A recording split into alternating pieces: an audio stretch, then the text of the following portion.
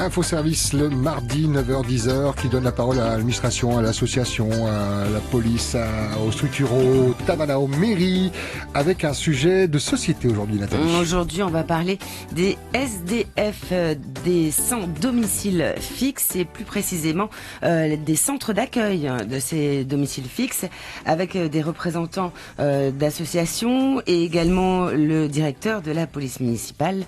Je vais vous laisser vous présenter. Bonjour à tous. Merci beaucoup d'avoir accepté notre invitation. Je vais vous laisser vous présenter, peut-être honneur au Vainé.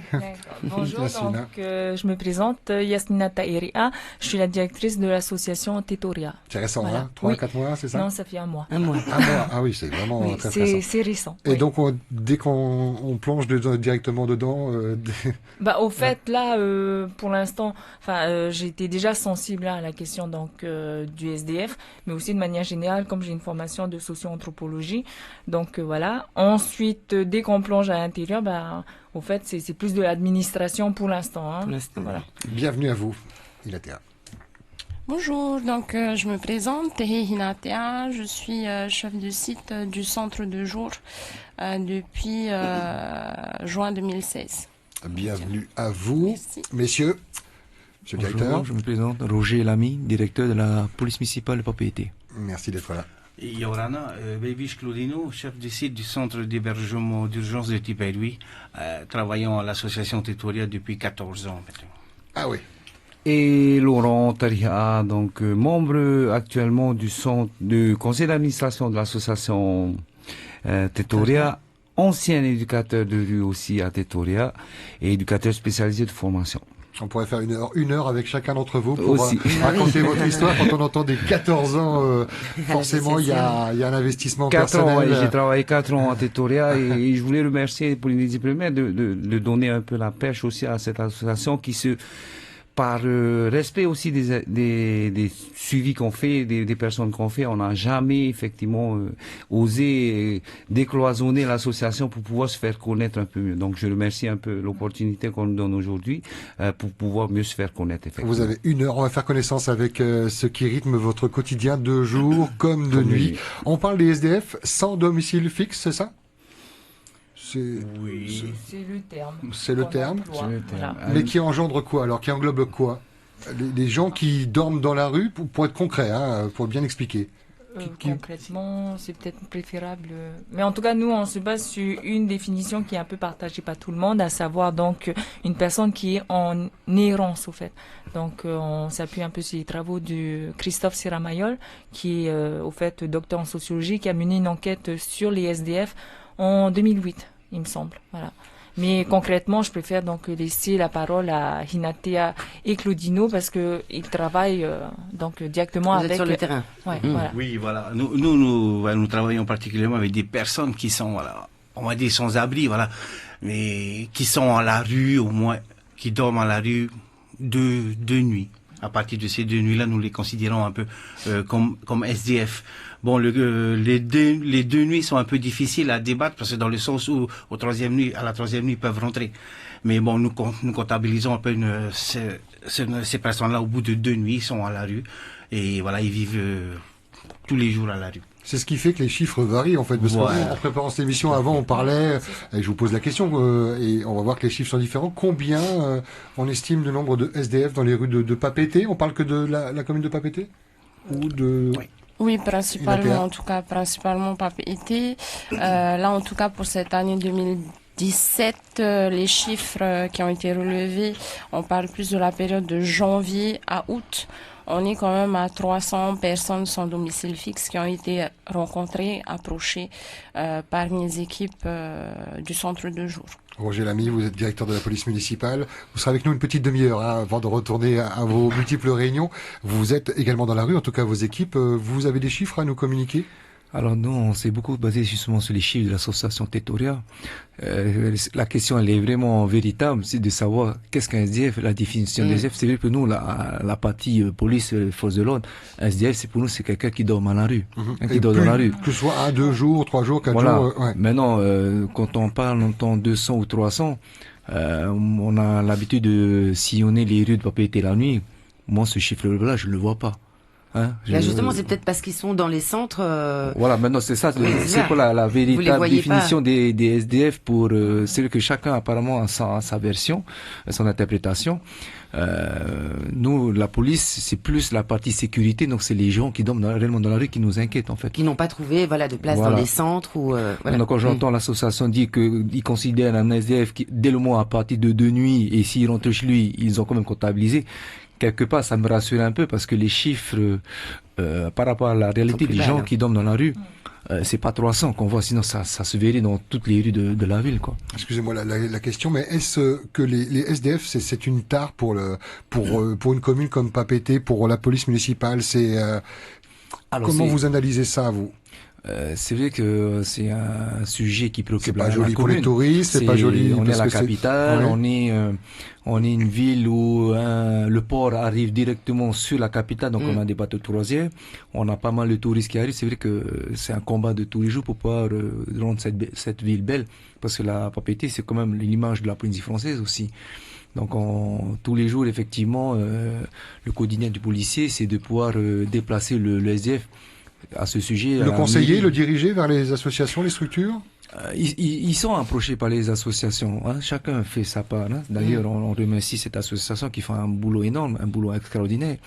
Nous, on est limité, je veux dire, on est à part constater qu'il y a des SDF qui sont dans la mendicité agressive, qui agressent un peu les gens pour donner de l'argent. Nous, c'est plutôt vers ce travail quotidien qu'on est là justement à les déplacer, quoi. On est un peu, je veux dire, limité à ça. C'est vrai qu'historiquement, nous avons essayé de définir le SDF. Bon, une définition qui a toujours été donnée et apportée par Tetoria, c'est la personne qui vit de et dans les rues de Papeete.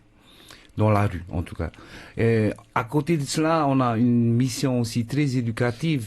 Donc, on agit dans l'éducation spécialisée. Donc, on a rajouté aussi après des accidentés de la vie, qui fait toute la différence justement dans notre accompagnement. On n'est pas effectivement, on peut penser que pour la société c'est une tare.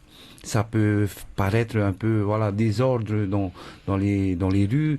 Effectivement, ça l'est. Malheureusement, pour certains des personnes que nous suivons, il y a aussi cette partie un peu qui fait tâche.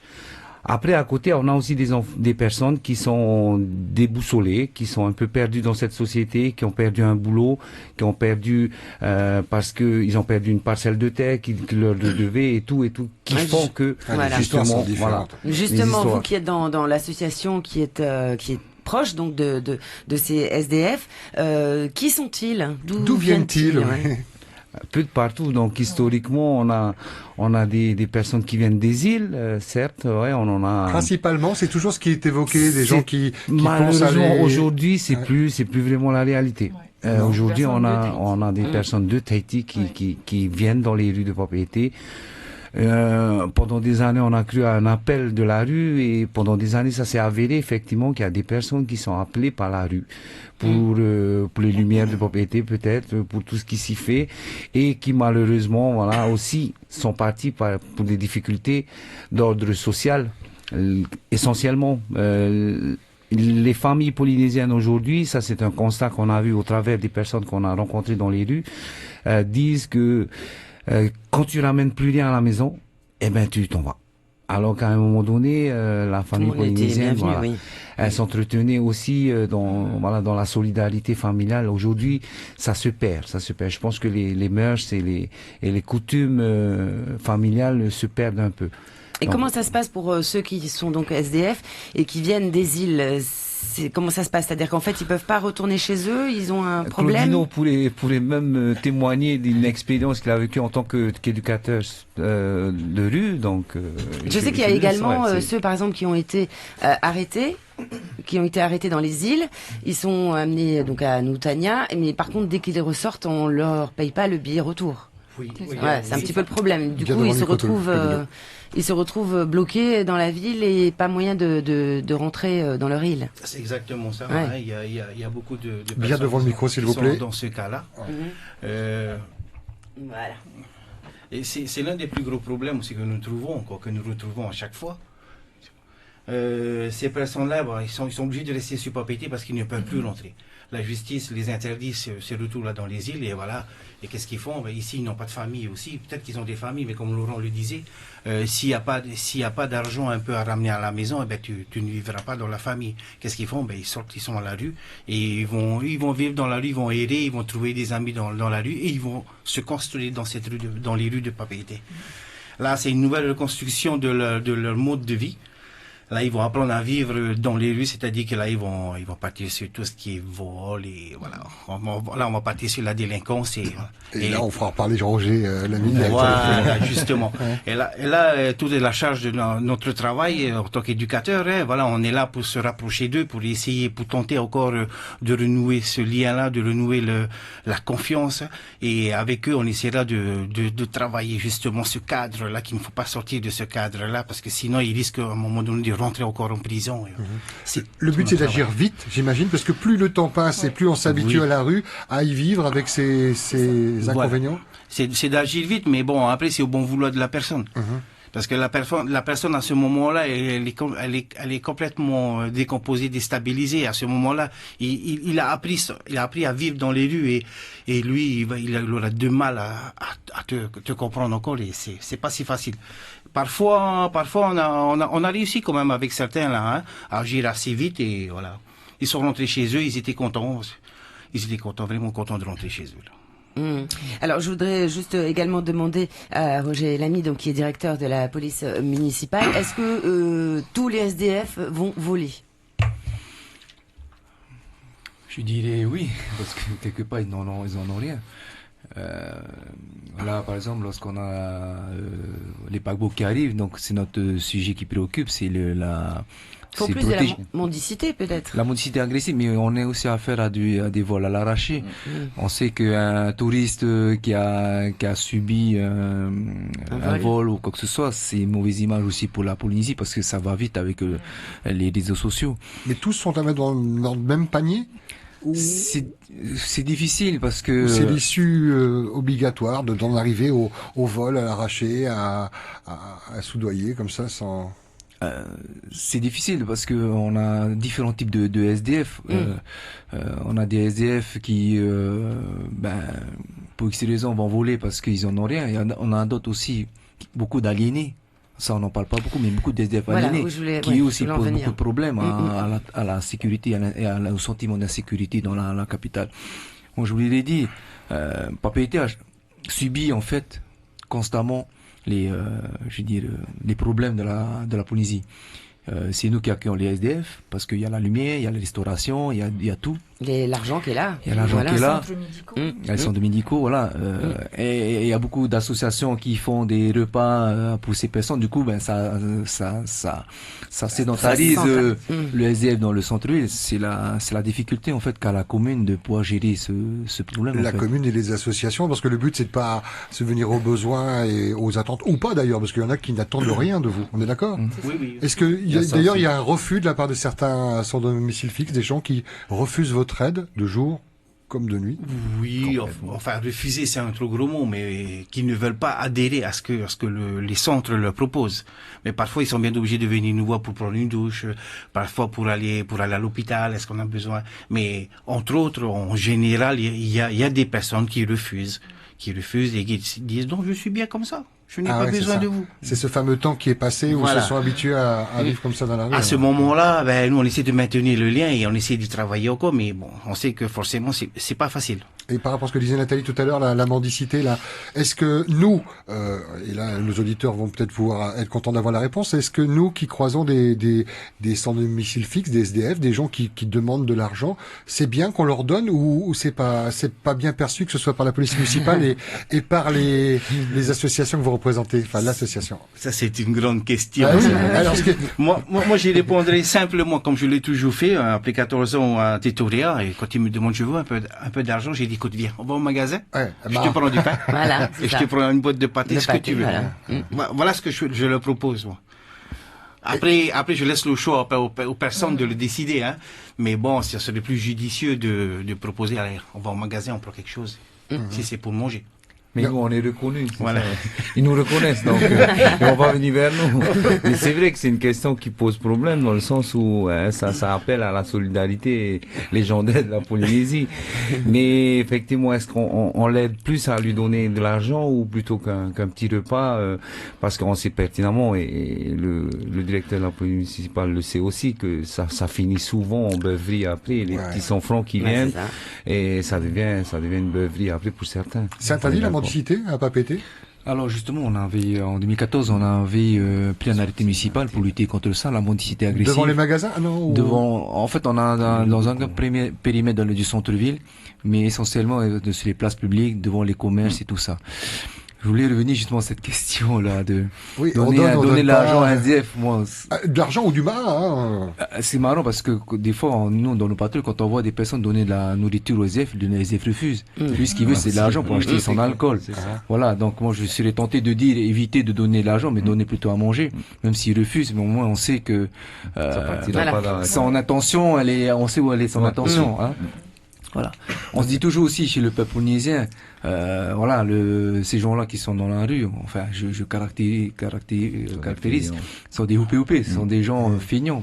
Enfin, ils se font souvent d'ailleurs gronder quand même par d'autres Polynésiens qui leur disent mais va travailler, va chercher un travail. Tout à fait. Bon, c'est sûr que c'est pas évident non plus de trouver un travail quand on est dans la rue. Il faut pouvoir bien se présenter. C'est vrai que dans nos missions, autant de la journée que la nuit, lorsque on voit les SDF, parce qu'on se voit souvent les mêmes, on leur dit, écoute, la rue n'est pas votre place. Vous êtes, non seulement vous dégagez un sentiment d'insécurité, mais aussi vous êtes aussi en insécurité. On connaît aussi des gens qui peuvent, des SDF qui peuvent dormir mais se faire agresser. Et on leur dit, écoute, faut rentrer dans vos familles, dans vos îles. Faut certainement dans vos îles. À quoi ils répondent. Oui, mais comment ils rentrent dans les îles? Après, c'est clair qu'avec l'aide de l'association, en fait, il y a certainement des solutions. Mais à un moment donné, tu prends le bateau, il est pas si excessif.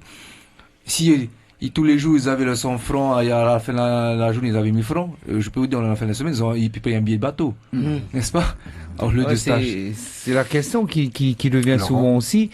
C'est ce fameux retour dans les familles.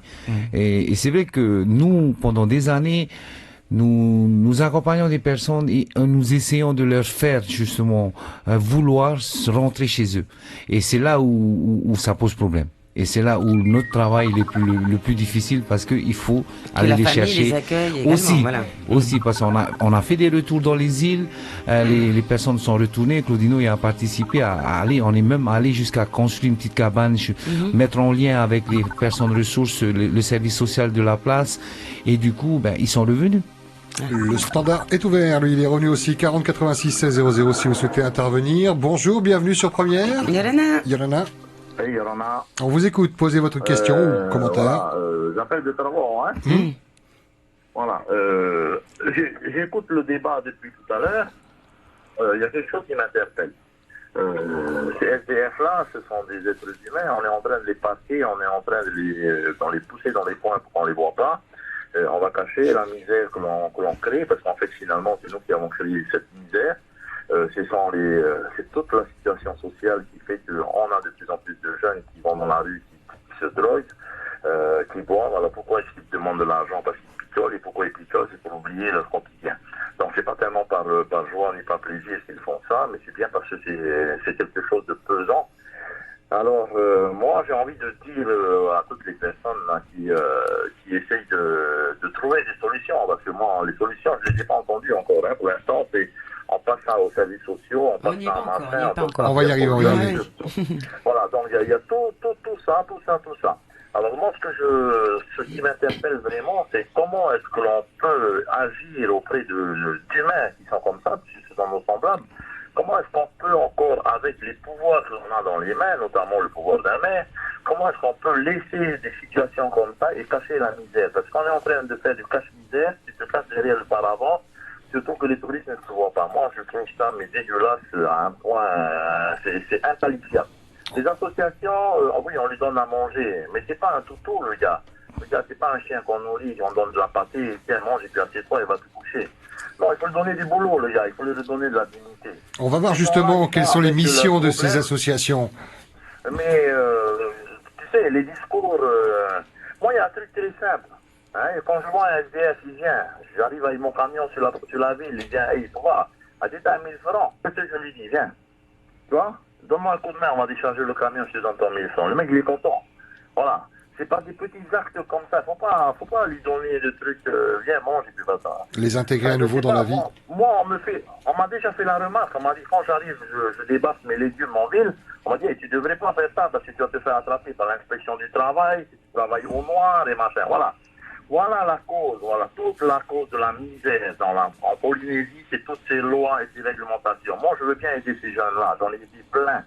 Chaque fois quand ils viennent, ils savent que j'arrive, je débarque. Ils viennent, ils savent que je leur donne des sous, ils vont acheter leur bouffe après. Je ne suis pas là pour. Ils ont besoin d'un boulot, ces gens-là. Ils n'ont pas besoin d'être passés, ni d'être mis dans un coin. Ils ont besoin d'un travail, ils ont besoin d'une reconnaissance de la société. On ne les reconnaît pas, on les chasse. C'est comme des animaux dont on ne veut pas, des chiens galeux. Excusez-moi d'être comme ça parce que ça m'a vraiment fait... Ça mérite d'être clair et je pense que beaucoup vous rejoignent. Voilà. Tous les jours, quand je descends en ville, je décharger mes trucs. Il y en a un dans les parages, je lui dis, je gagne un peu de sous, viens, allez, aide-moi. Il a un 500 francs, il a un 1000 francs aussi, il met pendant 1 heure, il est content, il va acheter à manger. Voilà, moi je fais des petites pièces comme ça. Alors je vois les commerçants en ville, on devrait leur dire de prendre ces SDF-là, de balayer devant le bord de route, là, et de leur donner un petit quelque chose. Ils ont au moins la sensation de participer à quelque chose. Les entretiens des rues, pourquoi on ne mettrait pas tous ces SDF-là par quartier à entretenir les rues, à balayer, à faire... Je sais pas, il faut les intégrer, il ne faut pas les chasser sans arrêt, parce qu'après, on crée les marginaux, et on crée des drogués, et on crée des alcooliques. C'est nous qui les faisons, c'est nous. Vous allez recevoir une invitation des membres de l'association qui vont vous prendre avec eux pour travailler au quotidien, parce que ces idées que vous annoncez sur notre antenne depuis tout à l'heure... Moi, je le fais tout seul, je le fais, moi, à ma mesure. Quand j'arrive en ville, je donne un peu de boulot à ces gens-là. C'est bien, c'est tout à votre honneur. On est 1000 à le faire, les 400 SDF, il n'y aura plus de SDF parce qu'ils vont avoir des petits boulots à gauche à droite. Mais si c'est pour se retrouver après un jour devant le tribunal parce qu'on a fait du travail au noir, non. Voilà. Les gens ne font plus rien. Merci en tout cas. Voilà. Merci beaucoup de l'avoir dit sur Première. Bonne journée à vous. Okay, à Tavaravao.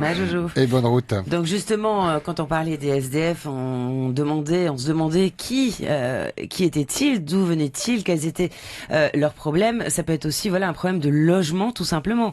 C'est-à-dire qu'ils ont un travail pour certains, mais qu'ils ne peuvent pas, qu'ils ne trouvent pas de logement. Est-ce qu'il y en a beaucoup?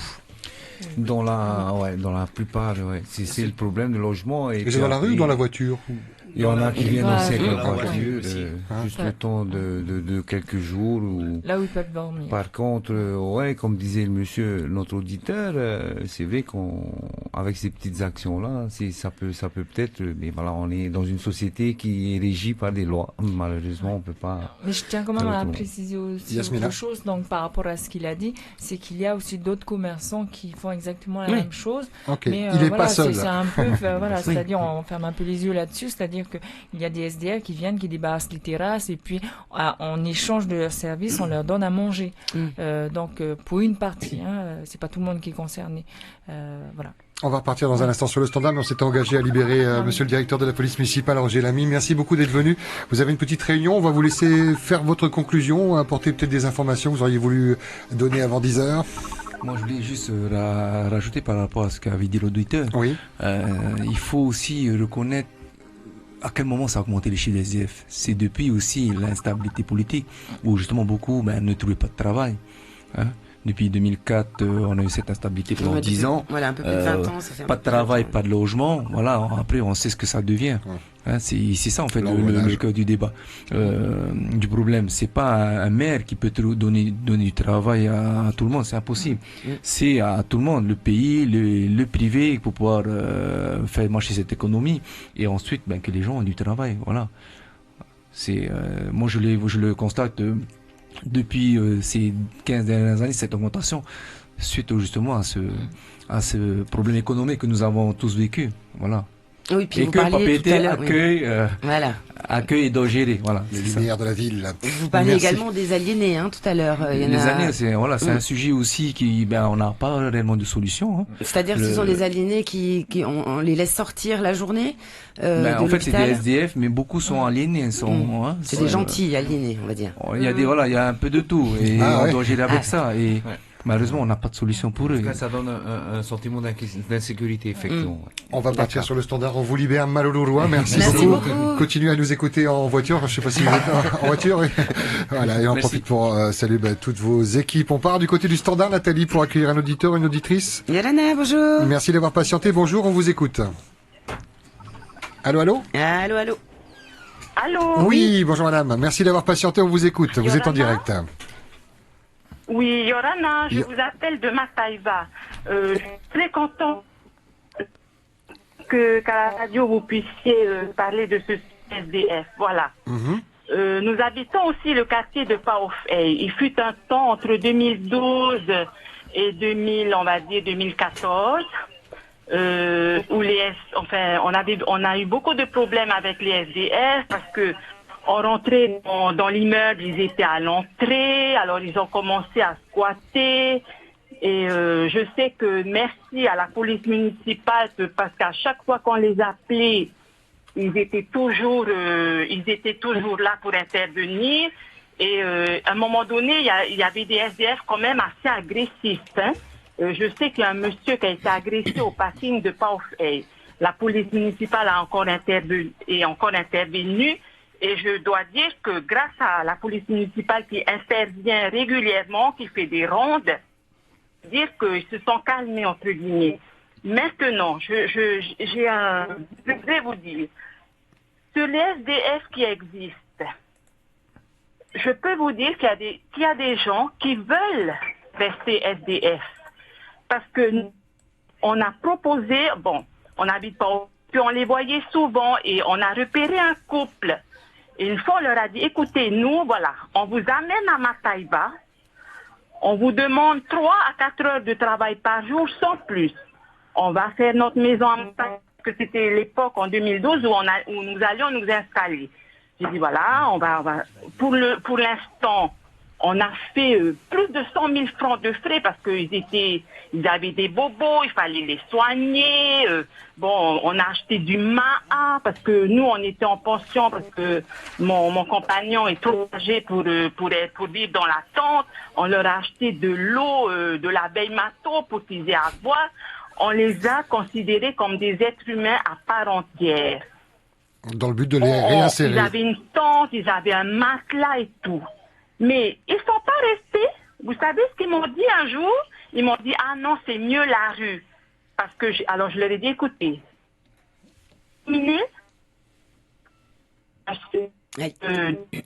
j'espère qu'on va essayez de bouger pour qu'on récupère un peu de réseau. Ça a coupé, on n'a pas entendu votre phrase, allez-y.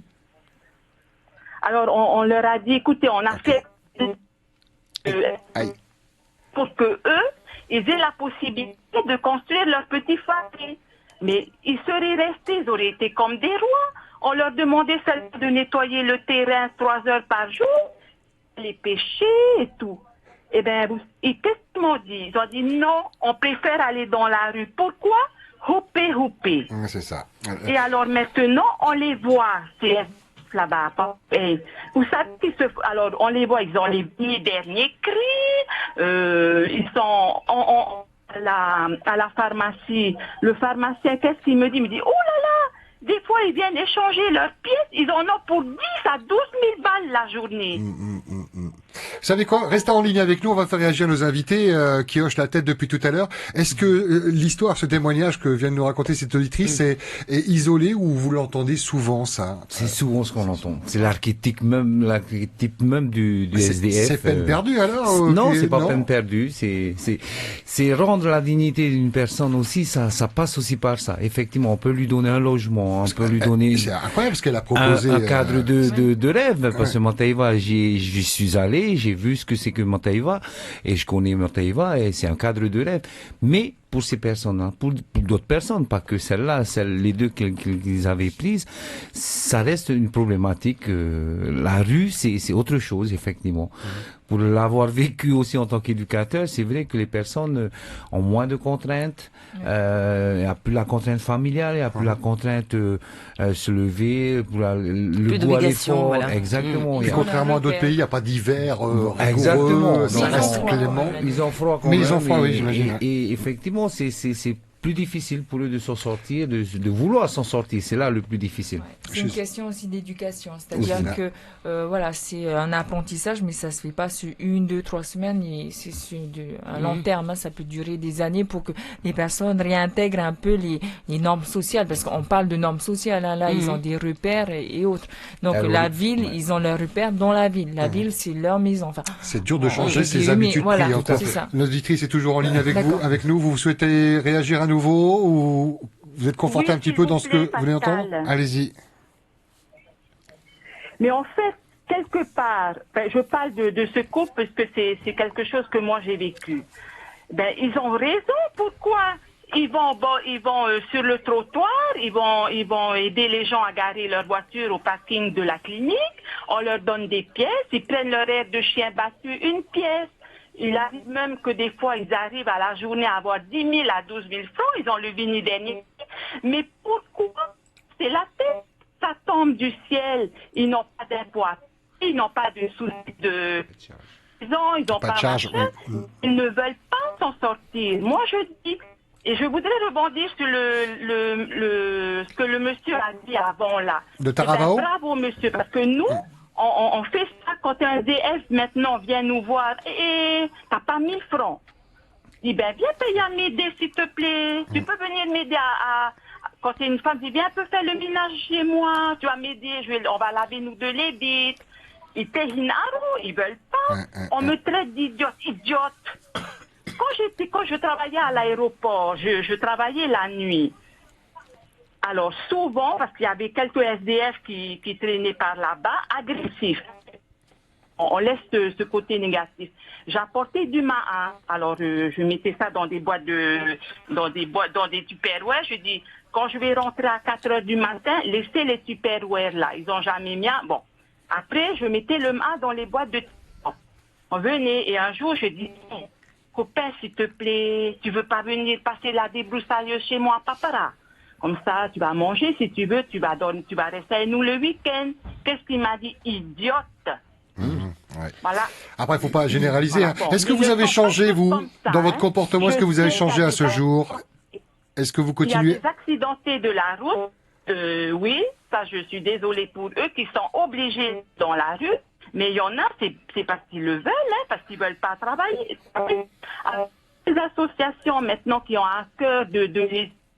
on va alimenter là. Il y a l'association machin qui donne des repas, on va aller là. Mais moi, je rejoins l'auditeur précédent qui disait que lui, il dit, viens un peu m'aider, je te donne 1000 francs. Pourquoi est-ce que, juste une suggestion, pourquoi est-ce que le territoire ne donnerait pas à ces gens-là, au lieu de donner à manger, un terrain, des graines, une faucille, une baramine, je sais pas, pour aller nettoyer le terrain, ils vont planter, ils vont manger, ils vont retrouver petit à petit leur dignité, et après, oh là là, c'est vrai, c'est bien que d'aller mendier. Après, peut-être qu'ils auront envie de faire un petit faré, pour commencer un petit faré tout petit, après petit à petit, est-ce que ça va pas leur redonner le goût de la vie, de reprendre une vie sociale normale? Merci en tout cas d'être intervenue sur Première. Merci infiniment madame pour ces témoignages. On voit que c'est une dame qui s'est investie beaucoup. Merci. Cas isolé de cette dame ou alors vous entendez beaucoup de témoignages comme ça de gens qui donnent mais qui aussi ils sont pas contents du résultat parfois du retour. Ouais. C'est pas un cas isolé. Bon, on a par contre aussi des cas où ils sont sortis. C'est ça. Bah oui. Donc on a pu accompagner des familles jusqu'à leur installation sur une parcelle de terre qui leur revenait et qui y sont toujours. Certes, des fois, ils reviennent de temps en temps à la rue, par souvenir peut-être, mais qu'on continue à les suivre aussi par le biais du centre de jour, pour certains qui sont sortis, qu'on appelle les ex-SDF, du coup. Mais effectivement, la plupart des témoignages qu'on peut rencontrer, c'est vrai que c'est le côté un peu négatif du SDF qui est retracé.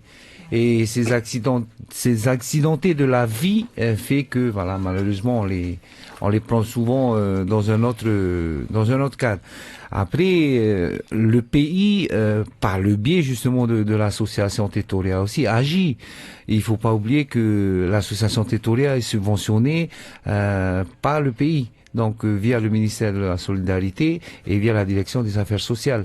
Donc nous recevons une subvention pour mettre en place les structures qui existent, pour mettre en place les activités. Donc la faucille qu'elle demande effectivement, la dame, elle est mise en place. Sauf que à un moment donné, il faut trouver les terres, il faut trouver les personnes et ça revient toujours à la même question. Est-ce que la personne veut? C'est la décision de la personne. Alors il y a plusieurs centres, vous parliez donc du centre de jour, le centre de nuit. Il y a également le Bon Samaritain, donc qui reçoit des hommes, la Samaritaine qui reçoit des femmes. Pour les familles, c'est Arata. Et il y a également pour les jeunes mineurs.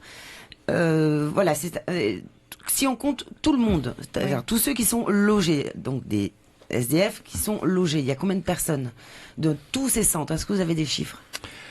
On a eu des chiffres. Pour le centre Alors pour le vôtre, par exemple, il y a 50. Enfin, on a une capacité d'hébergement de 50 places. On a 48. Oui, 48 avec deux places d'urgence. Ensuite, il me semble qu'il y a d'autres centres, c'est 22, 23 places, 23. Vous travaillez ensemble, vous parlez, vous vous réunissez, vous avez le même objectif quand même, c'est de sortir ces gens de la rue et de les réinsérer. En 2014, on avait, avec un collectif, on avait créé le collectif Teta Ivevo, avec justement l'association Emauta, donc qui gère ces structures dont vous parliez plus tôt. Ensuite, on a la Croix-Rouge aussi, donc toutes ces structures effectivement dans le rapport que je n'ai pas malheureusement, qui est toujours sur le net, dans le rapport sur la question des SDF, il y a la capacité d'accueil de toutes ces structures-là. C'est vrai après que ces structures ont des conditions d'admission qui font que on ne peut pas loger tous les SDF aussi là-bas. Donc par exemple les familles, c'est pas tous les SDF d'abord qui pourront y entrer parce que soit ils ont déjà fait un séjour, donc ils vont plus les reprendre. Pareil pour les autres structures. Ils ont eu des problèmes avec les structures. Exactement. Mais si on prenait tous les SDF là qui sont, on va dire ce soir dans la rue, normalement on pourrait tous les placer. Non. Il n'y a pas assez de capacité alors. Non. Donc il faudrait un autre centre ou. C'est ça. Ah, voilà. Sachant qu'il y en a qui veulent pas de ces centres, qui veulent dormir La problématique restera toujours le même, c'est à la décision de la personne. Et il faut dire aussi qu'il y en a qui s'alcoolisent beaucoup. Arrivés avec 15h, 16h, voilà, ils sont partis dans leur monde et là. Ah ouais, c'est votre univers de jour. De jour et de nuit. Donc vous êtes soumis au même problème qu'on peut rencontrer la nuit. Ils viennent pas dormir la journée. On fait quoi avec les SDF la journée? Alors en tout cas, nous pour le centre de jour, la mission qu'on a, c'est plus au niveau de la réinsertion sociale et professionnelle des personnes, des personnes sans abri, des sans domicile fixe. Donc moi, je rejoins les deux témoignages, les deux auditeurs qui ont pu s'exprimer. C'est-à-dire que on ne fait pas que donner à manger aux personnes. On ne fait pas que ça. Quand je parle de réinsertion sociale, ça passe aussi par toutes les activités qui sont mises en place chez moi, c'est-à-dire l'hygiène corporelle, vestimentaire, pour justement pouvoir aller vers et être présentable. Ça passe aussi par de la réinsertion professionnelle avec l'accès aux formations. Donc on travaille beaucoup avec le CEFI, avec les autres organismes de formation comme Horizon francophone. Il y en a beaucoup pour intérim, pour le MISI intérim. Donc voilà. Après, à la recherche de l'emploi, il est bien sûr pas du tout spécifique qu'ils viennent de la rue, qu'ils sont SDF, on est d'accord. Il n'y a pas de. Quand c'est un candidat au CEFI ou dans une boîte d'intérim comme un autre. Oui. Okay. L'inscription, la procédure est la même pour eux. C'est juste qu'en tout cas l'organisme du CEFI est au courant, en tout cas que ce sont des personnes qui sont suivies par l'association Tetoria et particulièrement le centre de jour. Après l'accès à l'emploi, on le sait tous. Moi aujourd'hui, je peux pas donner un travail à 30 personnes. Par exemple, c'est pas possible parce que on a les contrats d'aide à l'emploi qui sont quand même des emplois précaires, on va dire. Ce sont des emplois qui se font sur une durée d'1 an, pas plus. il y a possibilité de faire un renouvellement, mais après, ils ont plus la possibilité d'être des candidats aptes à pouvoir occuper ces contrats. On en a énormément qui voilà, je le dis, qui travaillent au noir, hein, qui sont employés par des particuliers pour faire du jardinage, pour faire le ménage. Donc, je rebondirai effectivement sur les témoignages des auditeurs en disant que on peut pas tous les mettre dans le même panier. Oui, je rebondis aussi sur ce que Roger a pu dire, où je suis pas trop d'accord avec ce qui a été dit. Ce sont pas tous des voleurs. Parce que eux, quand on les appelle, c'est bien souvent qu'il y a eu quelque chose. Voilà, c'est ça. Chacun va midi à sa porte. Ce sont pas tous des voleurs. On en a beaucoup qui travaillent. On en a beaucoup qui gagnent leur vie comme des personnes, on va dire entre guillemets normales, qui sont dans un logement, qui sont voilà, moi je vais venir défendre aussi la cause des sans domicile fixe. C'est un peu mon rôle. Donc, comment ça se passe alors donc dans vos centres, c'est-à-dire de jour et de nuit? Voilà, vous allez chercher les SDF ou c'est eux qui viennent? Oui, d'abord. Moi j'ai deux équipes. Donc j'ai une équipe qui est nommée chez nous équipe de rue. Donc ce sont des équipes qui font des maraudes, ce qu'on appelle. On utilise le terme maraude. Ce sont plus des sorties de rue, donc avec des sorties café, avec les sorties en journée, avec les sorties nocturnes, qui effectivement s'occupent d'approcher ces personnes et après de les orienter au centre de jour. Ensuite, l'orientation au centre d'hébergement passe obligatoirement par mois, c'est-à-dire au centre de jour, pour qu'après je puisse faire l'orientation au centre d'hébergement, donc avec Claudino, qui après, ensemble on décide effectivement d'accorder ou pas l'hébergement à ces personnes. Claudino, y a-t-il des enfants dans la rue, des bébés dans la rue? Oh, il y a eu des enfants, mais après on a fait notre travail en tant qu'éducateur. On a signalé à ce jour, il y en a plus, c'est plus comme avant. Avant, il y en a eu pas mal. Au centre d'hébergement, par contre, nous avons eu des familles, c'est-à-dire des parents avec des enfants ou papa seul avec ses enfants. Là, on les a eu avec nous parce que les parents étaient là. Il y a un suivi psychologique. Alors vous déjà, vous emmagasinez, vous êtes des éponges, vous rentrez, vous avez une vie personnelle le soir. Comment vous faites pour faire abstraction de cette misère, parce que ça reste de la misère auquel on est tous soumis un jour ou l'autre. Enfin, en tout cas, on pourrait chacun d'entre nous se retrouver dans la rue. C'est ça. Pour des raisons diverses, quoi. On oublie souvent que les personnes qui sont aussi dans les rues de pauvreté, ça peut arriver à tout le monde. Et c'est vrai que psychologiquement, ça prend du temps, ça prend de l'énergie. Et surtout voilà, sur la vie familiale aussi, c'est des heures pas possibles. Des fois on faisait des maraudes. Donc c'est vrai qu'il faut, bon après on choisit pas ce travail-là par hasard non plus. On est 3 éducateurs spécialisés là sur place et une socio-anthropologue bien fraîchement qui sera bientôt diplômée. Donc on est dans ce métier pas par hasard, on le fait et puis voilà, on est encore là. C'est ça le pire, c'est qu'on est encore là. Et comment ça se passe pour le centre de nuit? C'est-à-dire que c'est pareil, c'est une équipe qui part ou c'est la police municipale qui vous amène les SDF? C'est une équipe. Au centre d'hébergement, on a 2 équipes. On travaille par roulement de 2 équipes et tous les soirs, l'équipe est chargée d'aller récupérer les SDF sur Papeete.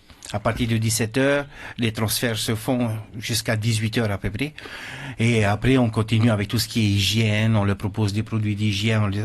On passe sur le côté éducatif, c'est-à-dire il faut que tu ailles à la douche. On les apprend à aller à la douche, avoir des vêtements assez propres. Après, on passe au dîner. Voilà, ça a été dur, hein. Parfois, il y a même qui se sont posé la question en disant, mais c'est quoi votre travail au repas? Il dit, le simple fait que de leur dire, tu manges avec une fourchette et non avec les doigts, ça fait partie de notre travail. Et en communauté, ils mangent pas. Et en communauté, oui, c'est pas ça. Voilà, il y a tout ce. Il y a cette difficulté, tout le monde n'est pas forcément avenant vis-à-vis de l'autre. Il y a le service aussi. Oui, après, il y a un moment qui leur est donné, c'est-à-dire que, voilà, en échange, nous, on leur propose certaines actions, certaines activités, mais en échange, on leur demande, voilà, vous participez aussi à la vie du centre, c'est-à-dire il y a des règles. Voilà, faites la vaisselle, faites la vaisselle, faites le débarrassage, et vous passez la serpillière dans votre dortoir, vos lits, il faut qu'ils soient rangés le matin au départ, les linges ne doivent pas traîner, vous devez emmener, voilà, il y a tout ce travail-là qui est fait avec eux là-haut. Hein. Et une personne qui vient par exemple dans vos centres, elle peut rester combien de temps? Là, pour le moment, on n'a pas mis encore de date butoir par rapport à ça. Voilà. On n'a pas de durée de séjour. Voilà. Ouais, c'est vrai que certains centres ont mis en place une durée de séjour. C'est vrai que nous, on les accueille à la nuitée. Donc, c'est pas pareil, effectivement. Donc, ça peut être une nuitée, comme ça peut être 50 nuitées, comme ça peut être... Ça dépend des situations. Parce qu'en fait, il y a des personnes âgées, on ne peut pas les laisser vivre, enfin, dormir dans la rue, pour celles en tout cas qui acceptent d'y rester. On parlait d'habitudes dans la rue, et il y a des habitudes aussi qui s'installent dans vos centres. Ça c'est mon lit, ça c'est ma place. Et ça c'est pas dangereux aussi, le côté je m'habitue à... Si, on fait un gros travail face à ça. L'équipe est sensibilisée et sensibilise les personnes. Vous changez de lit? Attends, non, tu vas là. Non, on leur dit bien que voilà, ça ne vous appartient pas. Si tu n'es pas là ce soir, une autre personne vient à ta place ce soir, ne te fâche pas. On lui apprend ça. Du coup, il est là tous les soirs parce qu'il a peur qu'on lui passe. Après, pour essayer de combattre un peu comment on appelle ça, cette sédentarisation. Pour essayer de combattre ça, on essaie de mettre en place avec eux des projets. C'est-à-dire que vous venez, on discute, on met en place un projet de sortie. C'est-à-dire qu'il faut qu'on réfléchisse à demain. Il y a un travail de coordination effectivement qui est fait avec le centre de jour. Bon, après, il s'agit de 50 personnes sur ce type oui, et Hinatea, elle gère un peu plus de 150 voire 300 personnes dans les rues. C'est vrai que la coordination, elle est déjà difficile. En plus, il faut qu'elle gère aussi. Bon, c'est vrai que le travail dans les rues, on le voit pas assez. Et c'est pour ça qu'on... À la limite, tant mieux. Tant mieux, à la limite, tant mieux. Mais en même temps, voilà, c'est pas comme si on faisait rien non plus. Il y a aussi Père Christophe. Il y a aussi Père Christophe, effectivement. Voilà. Et depuis, il y a surtout le pays qui a facilité beaucoup les choses pour les SDF depuis 2017, depuis le 1er janvier. La loi, un arrêté a été pris par le président pour faciliter les admissions au RST. Au RSPF, au régime de solidarité. Et ça, c'est un grand pas. Ça c'est un grand pas parce qu'on a vécu des drames aussi dans les rues avec des décès. Et malheureusement, la personne n'était pas affiliée à aucun régime.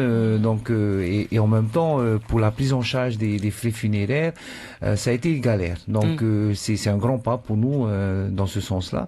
Et en même temps, voilà, c'est la politique que l'association veut mener aussi, c'est de développer certaines activités comme les auditeurs le disent, on a des projets encore qui ressortent de nos cartons. Est-ce qu'on peut vous rejoindre pour justement travailler sur ces projets? On voit qu'il y a des gens qui sont passionnés, qui se sont investis, ne serait-ce que pour reprendre ces deux auditeurs qui sont intervenus à leur niveau. Hein. Est-ce qu'on peut venir vous rejoindre? Est-ce que vous préconisez ça? Est-ce qu'on vienne Ah oui, bien sûr. Toutes les bonnes volontés sont les bienvenues. La force. Exactement, tout à fait. Les bonnes idées aussi. Donc apparemment, on en a 2 bonnes là qui sont venues, mais on en a déjà pas mal. Hein. On se rapproche un peu des entreprises. Et Yasmina est en plein dedans. Pour l'emploi, éventuellement, pour créer des structures, pour créer de l'emploi pour les SDF. Donc, en fait, faire de la réinsertion par l'activité, au fait. Ouais, parce que ce sont souvent des personnes qui sont sorties du système et qui ont des compétences. Hein. Oui, voilà. Et justement, on veut valoriser, capitaliser ces compétences et mettre ça à profit bien sûr des entreprises. C'est-à-dire au-delà du CAE, essayer de faire une insertion plus durable pour que la sortie soit réelle. Parce que là, pour l'instant, on est un peu dans un circuit en boucle où finalement, il y a une motivation, ils ont un CAE. Donc pendant une année, ils s'en sortent, ils ont de l'argent, ils peuvent éventuellement avoir un logement. Mais ensuite, ils retombent dans la rue. Donc voilà, c'est vraiment des parcours de vie où ils se cassent bien les dents, quoi. Hein. Donc voilà. Et il n'y a personne de prioritaire dans vos centres? Les motivés, ceux qui ont des projets, concrets, et puis avec qui on peut justement travailler et bien travailler. Voilà. Et il y en a. Il y en a. Voilà. Aussi. Merci à vous 4, à vous 5, avec le directeur de la police municipale. Ça passe vite, hein, 1 heure. Maloulou Pascal. Maloulou à vous. Bon retour dans vos centres respectifs. Qu'est-ce qu'on vous souhaite? Que ces centres n'aient plus raison d'être?